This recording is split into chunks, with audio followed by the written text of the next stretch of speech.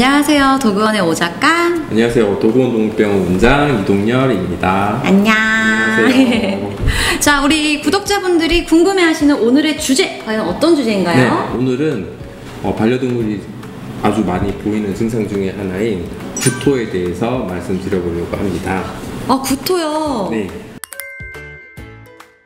저희가 보통 반려동물을 처음 접할 때 이제 입양을 하잖아요. 그 입양을 하고 나서 집에 데려갔는데 하루에 한 번 혹은 이틀에 한 번 이렇게 토할 때가 있어요. 그렇죠. 예, 요럴 때도 병원에 가야 되나요? 바로 병원에 데려오시는 건 아닌데 네. 꼭 이럴 때는 병원에 데리고 오셔야 되는 경우가 있어요. 분양 받고 얼마 안 됐을 때 그때는 식욕이 아주 왕성하거든요. 애들이. 예, 강아지들은 뼈도 만들어야 되고 장기도 만들어야 되기 때문에 식욕이 막 넘쳐나요. 그런데 애기가 식욕이 없고 네. 활동성도 없고 네. 막 잘 따라다니지도 않고 그냥 네. 한 곳에 누워서 몸을 떤다든지 침울하게 있다든지 하면서 네. 구토를 너무 많이 한다면은 그러면 꼭 병원에 데리고 오셔야 돼요. 이게 입양을 아무래도 처음 하면은 이제 애기들 성향에 따라서 조금 다르게 보이잖아요. 뭐 활발한 애들은 막 쫓아다니고 그렇죠. 좀 얌전하고 좀 겁 많은 애들은 좀 구석에서 이렇게 떠는 증상 그런 것도 보이는데 그럼에도 불구하고 이제 밥을 안 먹거나 하면은 병원을 와야 되는 거예요. 그렇죠. 그 나이 때 네. 3개월, 4개월 이하령 때에는 네. 간이 제대로 일을 할 수가 없어요. 간이요? 그렇죠. 간이 아직 완전히 형성이 안 됐기 때문에 네. 혈당이 떨어지면 네. 4개월 이상의 애들 그 애들은 몸에서 당분을 만들 수가 있어요. 간에서. 근데 그 4개월 이하령에서는 혈당을 만들 수가 없기 때문에 먹어야 돼요. 근데 식욕이 없어서 먹지 않고 네. 구토를 한다면은 저혈당 쇼크나 또 아주 심한 탈수 증상이 바로 올 수 있기 때문에 네.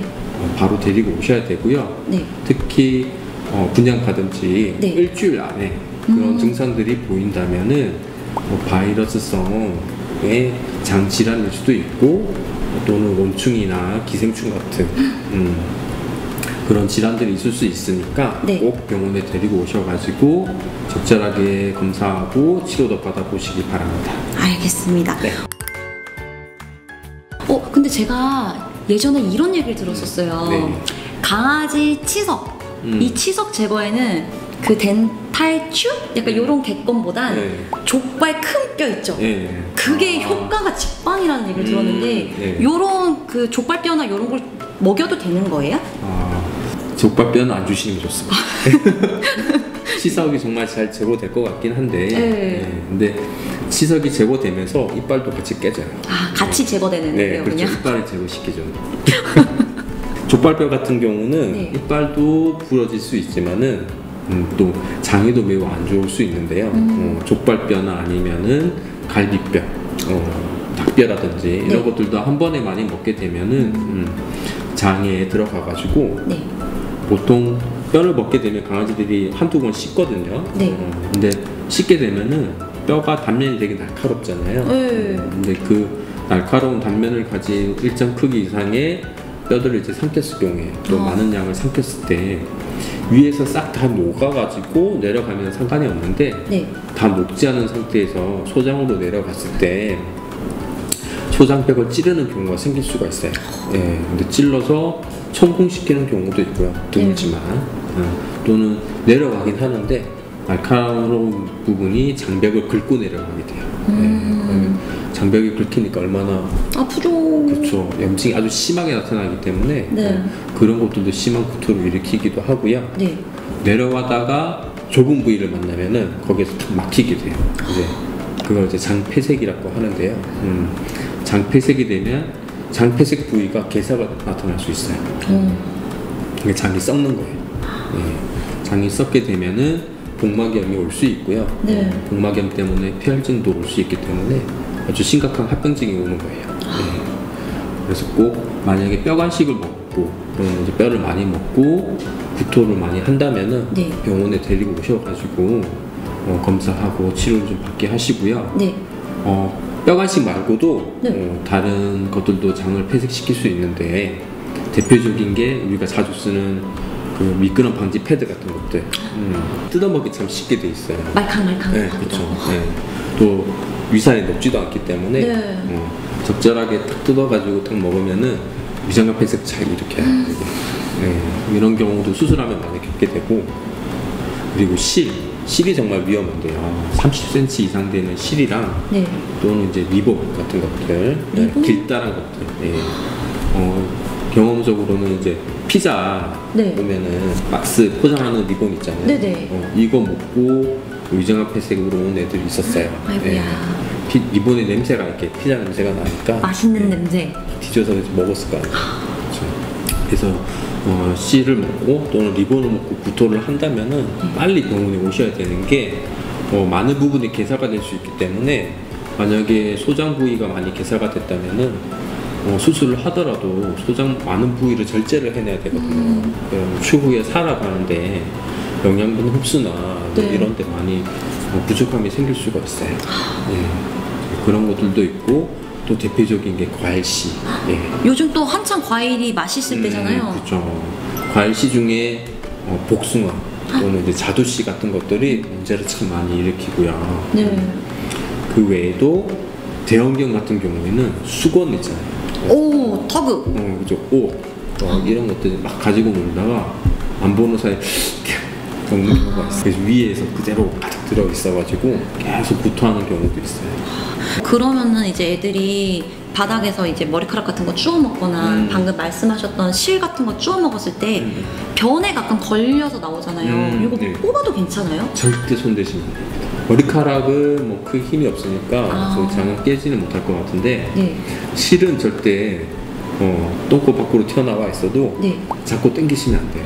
그러면은 애기가 이제 보통 걸리면 삐삐 막 이러면서 네. 똥꼬스키 막 타거나 아니면은 안절부절 못 하거든요. 그럼 그 상태 그대로 그냥 안아서 바로 병원으로. 네, 병원으로 오시는 거죠. 아, 알겠습니다. 원장님, 네. 제가 이제 상비약을 먹으려고 하는데 그 부스럭 거리는 소리 때문에 이제 강아지들 오는 거예요. 그렇죠. 그래서 이렇게 먹으려고 탁 했는데 이게 똑 떨어졌는데 얘네들이 뭔지도 모르면서 내를 그냥 먹어버리더라고요. 맛도 안 보고 네. 먹어버리죠. 네. 그럼 이때 저도 좀 놀라긴 했는데 괜찮겠지 하다가 5분 10분 계속 토하는 거예요. 그러니까 이럴 때 당연히 병원은 가야 되겠지만 혹시 보호자들이 좀 네. 챙겨가야 될 게 있을까요? 네. 만약에 사람이 먹는 상비약을 먹었을 경우에는 네. 그 약의 성분명하고 그리고 용량이 적혀있는 표지나 네. 설명서 같은 것들 있잖아요. 네, 그걸 꼭 동참하셔가지고 네. 병원에 내원하셔야 되고요. 몇 알 먹었는지도 중요하고요. 언제 먹었는지도 중요해요. 그리고 혹시 뭐 구토 횟수 이런 것도 중요할까요? 구토 횟수보다는 먹고 나서 얼마 만에 구토했을까? 네, 그게 중요하거든요. 네네. 뭐 만약에 30분 안에 구토했으면은 다행히 약이 완전히 흡수되기 전에 그 위에 있던 것들이 나온 거니까 그나마 조금 나는데, 먹은 지 수시가 지나서 구토를 한다면은 네. 그러면 약물이 흡수돼가지고 그 부작용으로 구토를 하는 걸 수도 있어요. 네. 그래서 꼭 약이 어떤 약인지, 네. 얼마나 먹었는지, 용량은 얼마나 되는지 꼭 지참하셔가지고 네. 바로 내원해 주시기 바랍니다. 알겠습니다. 그 지금처럼 더운 날 이제 강아지들 데리고 산책들 많이 하시잖아요. 그렇죠. 웬만하면 밤에 하는 게 좋긴 하지만 산책 끝나고 집에 갔는데 오전까지만 해도 괜찮다가 이제 갔다 와가지고 간식 먹자, 밥 먹자 이런데 안 먹는 거예요. 덥구나 해서 이제 에어컨 선풍기 막 틀어주는데 그러고 또 얼마 안 있다가는 구석에서 바들바들바들 이렇게 떠는 거예요. 이런 상황에서도 굳이 병원에 가야 되는 거예요? 병원에 꼭 데리고 오셔야 될 것 같아요. 보통 웬만해서는 강아지들이 밥을 좀 깨작깨작 먹는 애들이라도 네. 자기가 먹을 시간에 밥을 꼭 먹긴 해요. 근데 밥을 안 먹는다면은 어디가 좀 아플 수 있고, 네. 그리고 몸을 떠는 거, 네. 침울해 있는 것 자체도 통증의 이제 표현일 수도 있거든요. 네, 그래서 아무리 산책 잘 하고 왔다 하더라도 좀 병원에 내원하셔야 될 것 같고요. 네. 이런 경우가 있어요.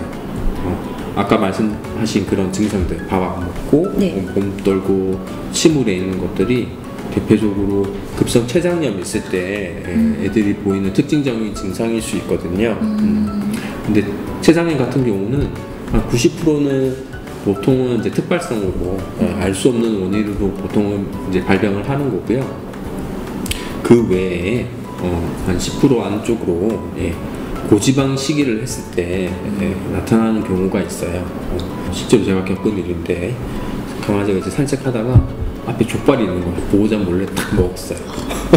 근데 보호자가 딱 그걸 보고 먹지마 하려고 했는데 이미 그냥 딱 삼켰죠. 얼마나 맛있었겠어요. 그럼요. 산책 갔다 와서 처음에 괜찮았는데 두세 시간 있다가 그때부터 막 구토를 막 심하게 하기 시작하는 거예요. 보호자분이 놀라서 병원에 오셨는데 약이 들어보고 애기 상태 보고 췌장염 검사를 했더니 진짜 췌장염이 온 거예요. 아이고야. 근데 족발이 알게 모르게 좀 췌장염을 좀 많이 일으키는 것 같긴 해요. 췌장염 검사에서 양성 나온 애들이 족발 먹고 온 애들이 좀 많아요. 아 진짜요? 특히 췌장염 같은 경우는 췌장 근처 부위에 있는 장들의 염증을 좀 일으키고 심한 경우는 그 염증 때문에 복막염이 좀 나타날 수 있거든요.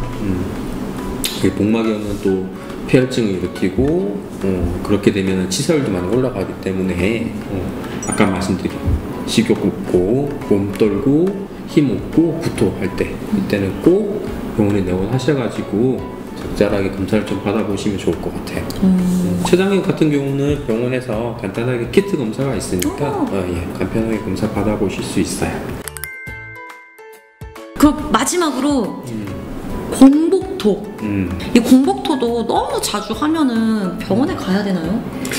공복토를 한 2, 3일에 한 번, 하루에 한 번 정도 2주 이상 쭉 한다면은 병원에 오셔야 되는 거고 그게 아니고 간헐적으로 일주일에 한 번 또는 한 달에 두세 번 이렇게 구토를 하는데 노란색 액체만 나오는 구토를 한다면 특히 보통 아침에 보통 많이 나타나니까요. 이제 그런 경우는 식습관을 좀 바꿔가지고 하루에 뭐 2번이나 한 번 먹는다면은 하루에 4번으로 늘려주시고 자기 전에 간식을 소량 먹여보시고 이렇게 한번 변경해 보시고요. 이렇게 변경해가지고 많이 개선되는 경우를 많이 봤어요. 또는 아기가 갑자기 물을 많이 먹거나 소변을 많이 보고 그에 동시에 구토하는 횟수도 좀 늘어난다든지 또는 체중이 계속 빠진다든지 이런 게 같이 나타난다면은 다른 질환이 좀 숨겨져 있을 수 있으니까요. 공복토겠지 하시지 마시고 진료를 좀 받아보시기 바랍니다. 저도 조만간 병원을 한번 갔다 오겠습니다.